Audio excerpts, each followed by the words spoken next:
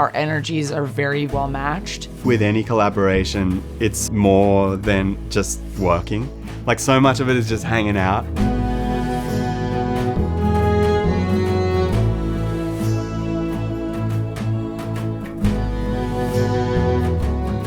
I'm Esty Hyam. I'm Christopher Stracey. And together we composed the music for Suncoast. I was born into a musical family. My dad taught me how to play drums when I was 2 years old, and my mom taught me how to play guitar when I was 5, and I wasn't very good at guitar, so my dad decided that if guitar has 6 strings and bass has 4 strings, bass must be easier, which is not true.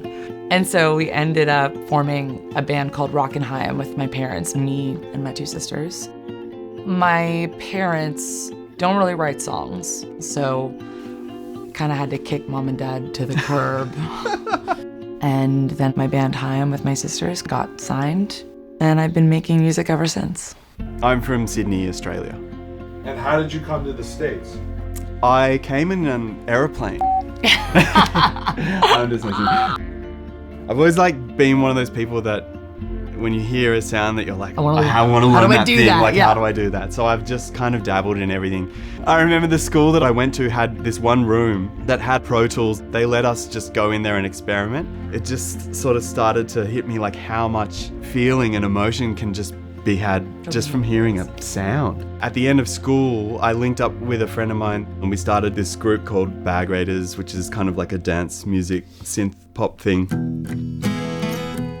We realized a couple weeks ago, basically, that the first festival I ever did, Stray played. Yeah, we've had mutual friends for probably ever. Yeah, we were put together on a play date. Yeah, the first thing we did together was Made. We basically scored the whole pilot. They liked it and we got the job. And they're like, okay, I guess we're composers now. Yes.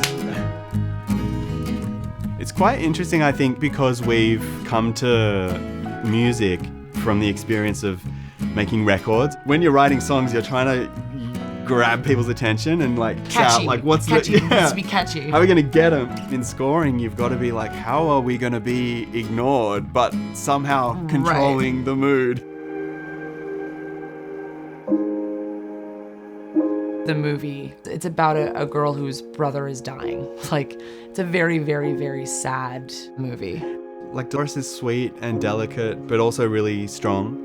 You know, you hear bits of that in the music, but also some of it has a lightness to it. We're moving along, we're getting on with life. But you know, we do have quite melancholic moments. But yeah, and then moments of levity. Yeah, there's moments of comedy, and I think that's also Laura Chen, who's the director of Suncoast. She did a really good job of keeping it hopeful. It takes place in 2006. We were really familiar with that sonic landscape in that world. The score for Suncoast, if I was to describe the sound of it, it's kind of like the indie band that never was. Yeah, exactly. We were like, these are our instruments, guitar, piano, but it does sort of sound like if you added a singer onto it and just arranged things slightly differently, it wouldn't... We would have been on Sirius XM. Yeah, you'd have in 2006. Yeah. I mean, I think it's very indie schmindy, you know? Indie schmindy is kind of like the music that was being made from the year 2000 to call it 2008, kind of like Vampire Weekend and Grizzly Bear. There were some Rilo Kiley songs and I was like, oh, Rilo Kiley, okay, that's a language I speak. But yeah, it's kind of like jangly guitar a little bit. Yeah, a little piano, pokey piano here and there. Yeah. It just gives it a brightness instantly. A lot of the acoustic guitar stuff, it's really close mic'd and played with a paintbrush to give it this kind of just brushy texture, which we then also complement with we just pulled the snare drum out from the kit a lot and just sat there with brushes. Some of even going like this using your hands. Yeah. It's more of a texture than anything. Yeah, textural kind of stuff, which gives you this feeling of it's hugging you more.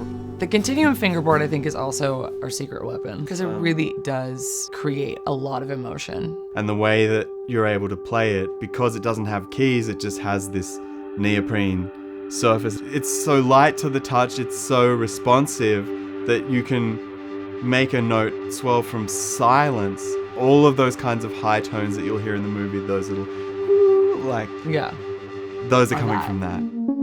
One cue in particular that comes back a lot is the Suncoast facility theme. But you have this really slow moving oscillation of 3 or 4 notes on the synth. That and also like reverb guitars. Yeah, she loved that. And then the haunting one note that we would play on the continuum fingerboard, just like this cloud of like Of a rush, yeah.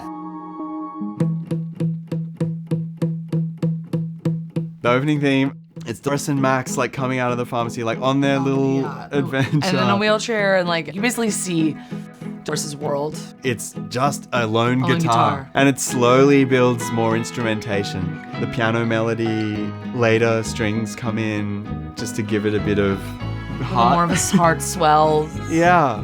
It's cool because it builds from nothing and that kind of expands as we're learning more about their life, about where they live, to represent that through the music, like building it slowly.